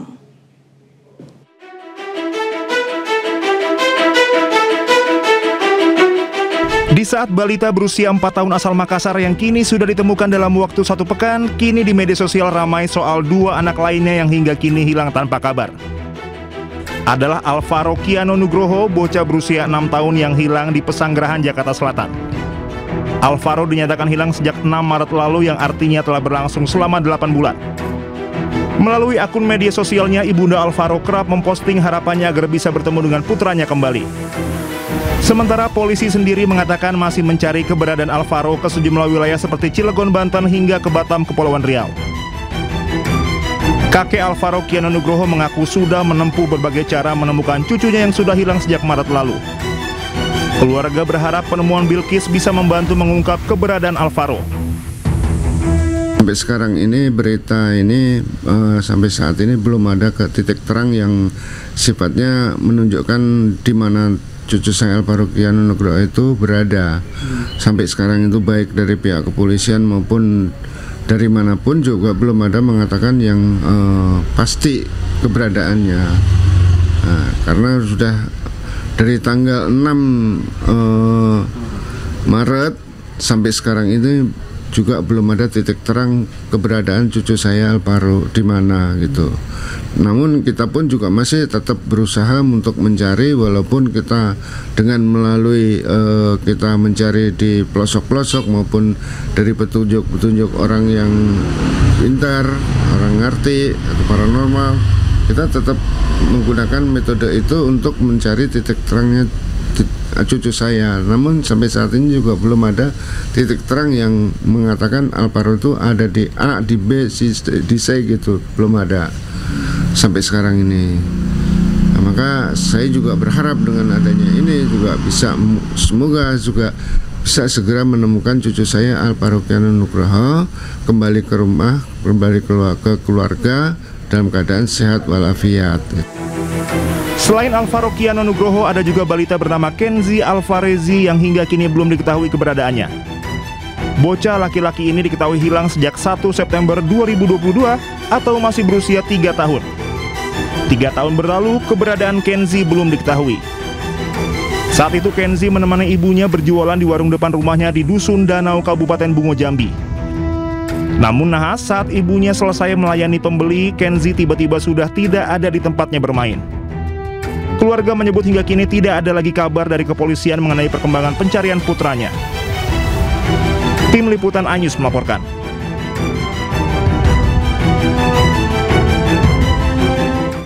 Sementara itu, video viral yang menyebut Kenzi, anak yang hilang di Muro, Jambi, berada di kawasan suku anak dalam adalah hoax. Polisi dari Polres Bungo pun menyatakan bocah yang diduga mirip Kenzi adalah asli penduduk suku anak dalam.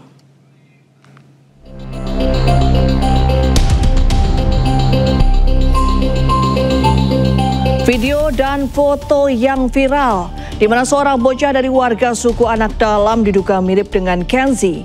Bocah yang hilang 3 tahun yang lalu mendapatkan respon dari warga suku anak dalam.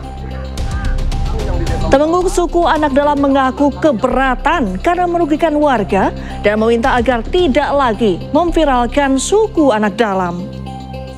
Polisi pun langsung turun ke lokasi permukiman warga suku anak dalam untuk memastikan dugaan kemiripan tersebut.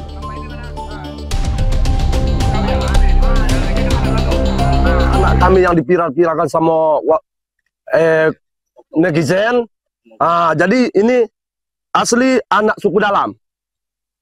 Asli anak suku dalam, lahirnya di Mentawa, namanya Bimo, sama Kenan.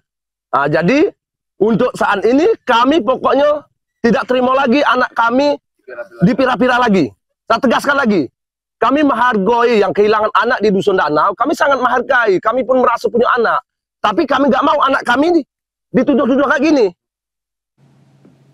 Pengecekan benar adanya, yaitu dasarnya dari kakak, kemudian kita klarifikasi kepada orang tuanya bahwa yang mirip dengan Kenzi itu adalah bukan Kenzi. Kami berharap agar di medsos yang mempunyai sumber berita tersebut bisa men-take down, karena orang tua dari pihak yang mirip dengan Kenzi itu merasa keberatan dan merasa tidak nyaman. Sebelumnya, M. Kenzi Alvari, warga desa Danau Kabupaten Bungo Jambi diduga menjadi korban penculikan saat bermain di depan rumah oleh seorang perempuan yang menggunakan sepeda motor. Penculikan terjadi pada Kamis 1 September 2022 silam sekitar pukul 9 pagi. Hingga saat ini polisi dari Polres Bungo telah membentuk tim khusus untuk mendalami kasus penculikan bocah bernama Kenzi.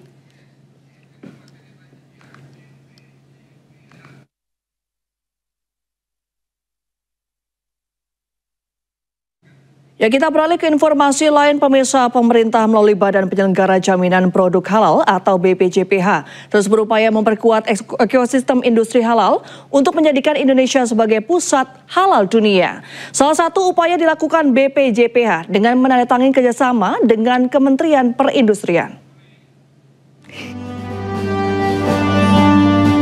Penandatanganan nota kesepahaman antara Kementerian Perindustrian dan BPJPH dalam upaya memperkuat ekosistem industri halal nasional saat ini terus tumbuh pesat. Kepala BPJPH Ahmad Haikal Hasan menyebut potensi pasar halal global dan domestik menjadi peluang utama yang harus dioptimalkan dalam percepatan sertifikasi halal produk. Bahkan BPJPH kini dapat memproses lebih dari 10.000 pendaftaran sertifikat halal per hari.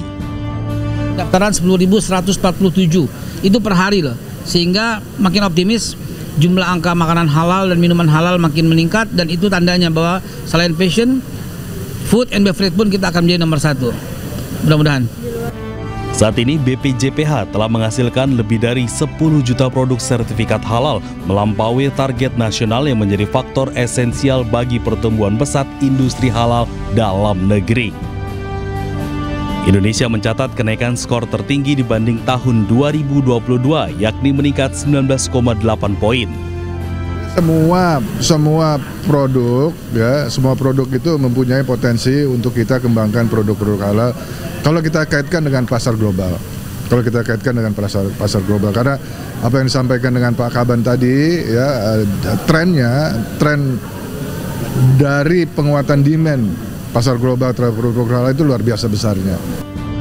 Berdasarkan data Kementerian Perindustrian, konsumsi umat muslim di 6 sektor ekonomi syariah telah menembus 2,43 triliun dolar Amerika pada 2023. Angka ini diperkirakan terus naik menjadi 3,36 triliun dolar Amerika pada 2028. Dari Jakarta, Jessica Winoto, Raga Firdaus, iNews melaporkan. Rapat dengan pendapat antara Komisi 9 DPR RI dengan Kepala Badan Gizi Hindayana berjalan panas. Permintaan tambahan anggaran pun menjadi sorotan lantaran penyerapan anggaran yang ada belum maksimal.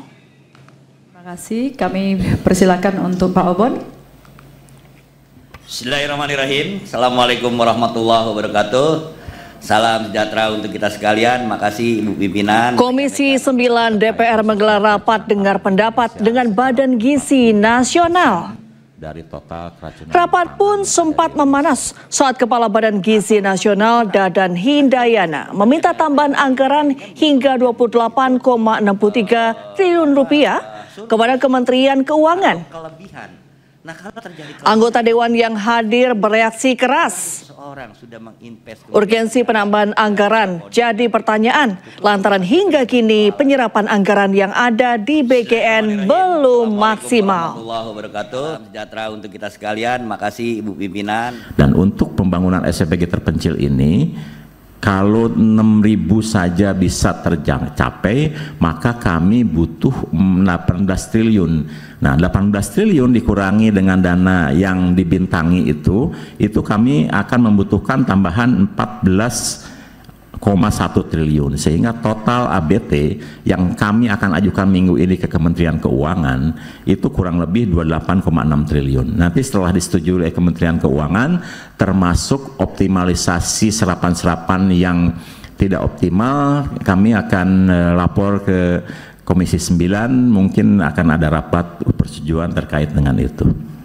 Saja manajemen baru terserap 36,23 T, tersedia anggaran 49,97 T, lalu kebutuhannya 14,53 T. Baru digedok anggaran kemarin udah minta lagi 14,53 T. Untuk kebutuhan daerah terpencilnya mana kami juga tidak tahu. Kita ke informasi selanjutnya pemirsa. Fenomena gagal bayar pinjaman online terus meningkat. Pemerintah mengingatkan bila tidak membayar pinjaman akan mempersulit warga saat transaksi di lembaga keuangan.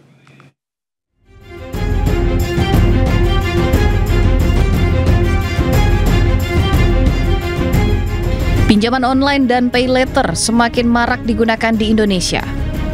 Mudahnya mendapatkan pinjaman hingga puluhan juta menjadi daya tarik kedua layanan ini. Namun pinjol yang awalnya menjadi solusi tak jarang berubah menjadi mimpi buruk. Lantaran banyak penggunanya yang kesulitan membayar pinjaman. Hal ini membuat fenomena gagal bayar pun marak terjadi di masyarakat. Otoritas Jasa Keuangan mengingatkan masyarakat untuk membayar pinjamannya. Bila kesulitan, pengguna diminta untuk ajukan restrukturisasi pinjaman. Kalau memang dia nggak punya, misalnya dia berhutang kendaraan misalnya, tiba-tiba kena PHK, nggak bisa bayar, jangan lari, jangan kabur, jangan pindah alamat, jangan pindah kota dan lain. Itu dibilang konsumen tidak beretikat baik. Lebih baik datengin ke perusahaannya, Pak, Bu, saya lagi kena PHK misalnya gitu ya, bisa nggak saya melakukan restrukturisasi? Itu lebih bisa terima. Kalau misalnya POJK tidak kooperatif, laporin ke OJK, nanti akan dipertemukan. Pemerintah pun terus berusaha menertibkan pinjol ilegal. Namun hingga kini pinjol ilegal masih banyak ditemui di masyarakat. Kesulitan ekonomi hingga gaya hidup menjadi salah satu penyebab pengguna pinjol terus naik. Gagal bayar di pinjol merupakan indikasi bahwa konsumsi rumah tangga sedang melemah, daya beli masyarakat sedang terpukul, lapangan pekerjaan semakin sulit, terutama di sektor formal. Akhirnya banyak masyarakat di kelas menengah dan rentan itu hidup dari pinjaman online karena menawarkan akses yang cepat tapi tanpa ada konsekuensi yang dipahami soal bunga, denda keterlambatan yang akhirnya untuk menutup pinjol yang sedang gagal bayar, dia akan menarik pinjol-pinjol baru lainnya. OJK mencatat hingga bulan September 2025, utang masyarakat di pinjol dan pay later mencapai 101,3 triliun rupiah. Jumlah ini meningkat tajam dari bulan Agustus 2025 yang mencapai 87,61 triliun rupiah. Tingkat kredit macet atau gagal bayar pinjol pun naik jadi 2,82%. Tim Liputan iNews melaporkan. Sementara itu, Menteri Keuangan Purubaya Yudi Sadewa membagikan tips keuangan bagi Gen Z. Dan berikut tips sehat keuangan ala Menteri Keuangan. Anak muda yang keuangan. Nah, apa kota udah mau yang mahal, mau yang murah, tapi sesuaikan dengan kantong Anda sendiri. Jangan ngutang. Jadi kalau mau berinvestasi ya, di instrumen apapun, pelajari instrumen itu apa. Jangan ikut-ikutan orang, jangan FOMO, fear of missing out. Pelajari instrumennya apa, mereka pasti berhasil. Untuk cewek-cewek yang suka belanja, Pak? Hah? Untuk cewek-cewek yang suka belanja? Belanja, nggak apa-apa, belanja mau yang mahal, mau yang murah, tapi sesuaikan dengan kantong Anda sendiri. Jangan ngutang. Kementerian Usaha Mikro Kecil dan Menengah bersama pemerintah Provinsi Papua menggelar Festival Kemudahan dan Pelindungan Usaha Mikro di Jayapura, Papua. Menteri UMKM menyebut alokasi kredit usaha rakyat di Provinsi Papua mencapai 1,7 triliun rupiah dengan total penerima 24.000 UMKM.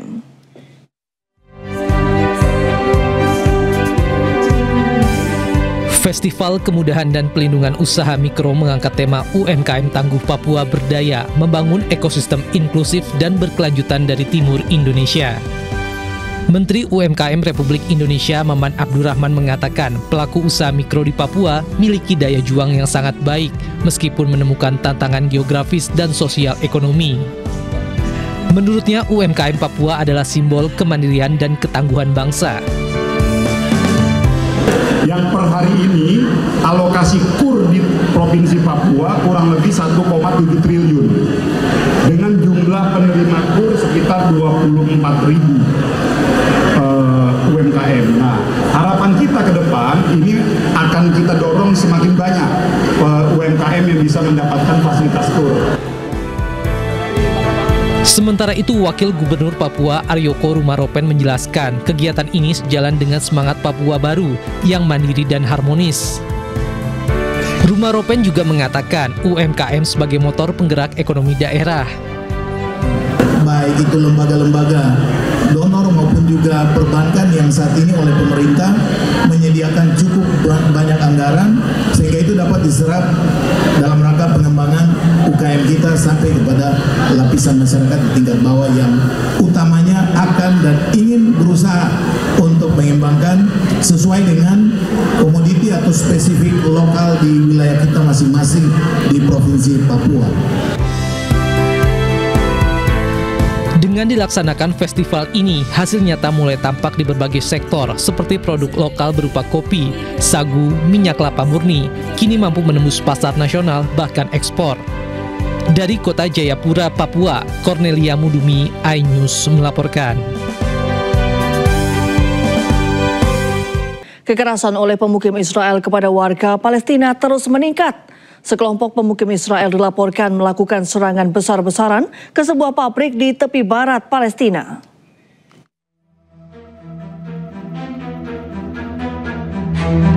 Pemukim ilegal Israel kembali melakukan serangan besar-besaran di berbagai wilayah di tepi barat.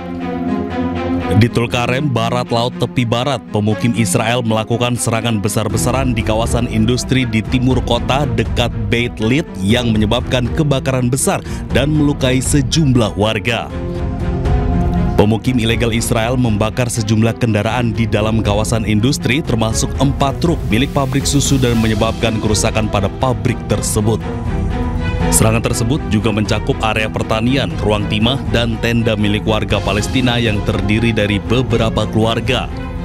Pemukim ilegal juga melemparkan batu ke arah warga dan melukai 2 warga Palestina di bagian kepala.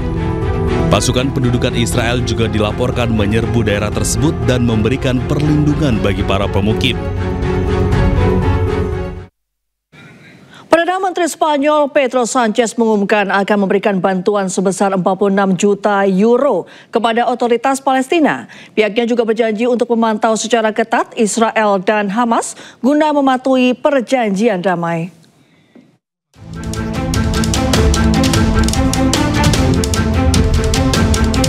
Spanyol mengungkapkan dukungannya atas warga Palestina. Janji itu muncul hanya beberapa minggu setelah Parlemen Spanyol menyetujui larangan permanen atas ekspor dan impor teknologi pertahanan dan penggunaan ganda ke dan dari Israel. Hal ini merupakan sebuah langkah yang secara luas dilihat sebagai sinyal politik penentangan Madrid terhadap konflik Gaza. Menurut pemerintah Spanyol, paket bantuan senilai 46 juta euro akan dikirim untuk mendukung pemerintahan Palestina. Dana tersebut akan membantu memastikan stabilitas keuangan otoritas Palestina dengan menanggung gaji dan layanan penting. Les anuncio que la semana que viene el gobierno transferirá a la autoridad palestina 46 millones de euros extraordinarios en ayuda socioeconómica a través de programas europeos. Saat ini otoritas Palestina meluncurkan rencana rekonstruksi 5 tahun senilai 67 miliar dolar Amerika Serikat pada pertengahan Oktober dalam upaya memulihkan pemerintahan penuh atas daerah kantong sebagai bagian dari negara Palestina di masa depan.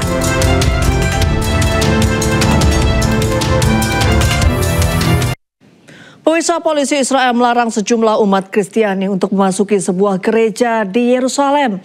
Mereka memblokade akses bahkan menyerang jemaat yang mencoba untuk masuk ke gereja.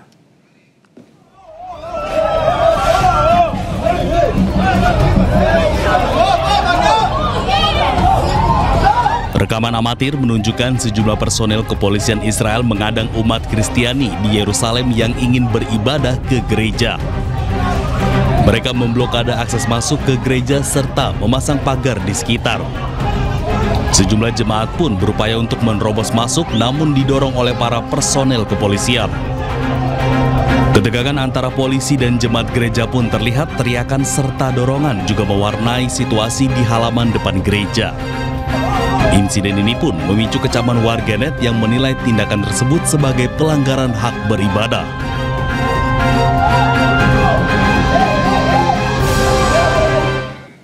Israel mulai membangun tembok perbatasan baru di wilayah Lebanon.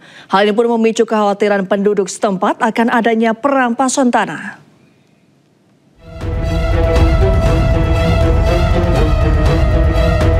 Israel mulai membangun tembok perbatasan baru di dekat kota Ait Harun di Lebanon Selatan. Nampak alat berat sedang membangun tembok di sebuah pos yang sebelumnya direbut oleh tentara Israel saat berperang melawan Hizbullah tahun lalu. Kendaraan militer dan tank Israel juga terlihat bergerak di area tersebut. Warga setempat pun khawatir bahwa Israel mungkin berusaha memperluas kendali teritorialnya dan akan merampas tanah mereka. Presiden Lebanon Joseph Aoun menyatakan bahwa negaranya belum menerima tanggapan apapun dari Israel melalui mediasi AS mengenai negosiasi pengembalian wilayah yang diduduki. Diketahui Israel telah melancarkan beberapa serangan di wilayah Lebanon sejak perjanjian gencatan senjata dengan Hizbullah berlaku pada 27 November 2024. Tentara Israel juga mempertahankan kendali atas 5 bukit di Lebanon Selatan yang didudukinya pada awal perang. Roket peluncur ganda Rusia menghancurkan benteng Ukraina di sabuk hutan di utara Republik Rakyat Donetsk pada hari Senin.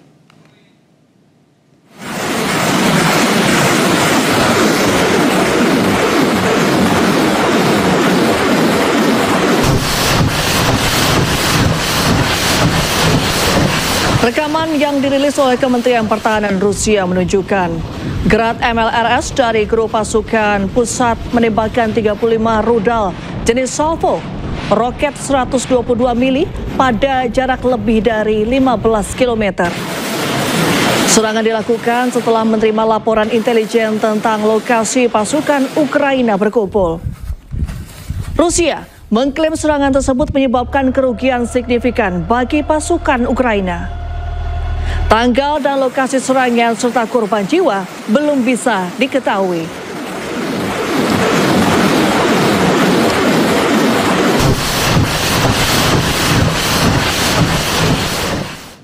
Pemirsa, sebuah bom mobil meledak di luar kompleks pengadilan Islamabad Selasa waktu setempat. Akibatnya 12 tewas dan 27 lainnya luka-luka. Dahsyatnya ledakan membuat sejumlah kendaraan rusak, menewaskan sedikitnya 12 orang dan melukai 27 lainnya. Tim forensik dan petugas polisi siaga di lokasi yang dipasang garis polisi. Menurut media lokal, seorang pelaku bom bunuh diri mencoba memasuki fasilitas tersebut tetapi meledakkan bahan peledaknya setelah gagal menembus keamanan. Taliban Pakistan mengaku bertanggung jawab atas serangan tersebut. Ledakan terjadi beberapa jam setelah bom mobil lain meledak di Provinsi Barat Laut, Khyber Pakhtunkhwa.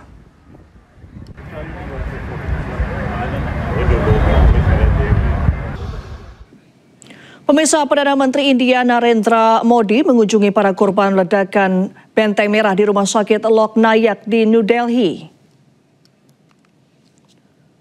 Perdana Menteri tiba di rumah sakit dan berinteraksi dengan beberapa korban yang terluka. Korban ledakan mobil tersebut dirawat intensif di Rumah Sakit Lok Nayak.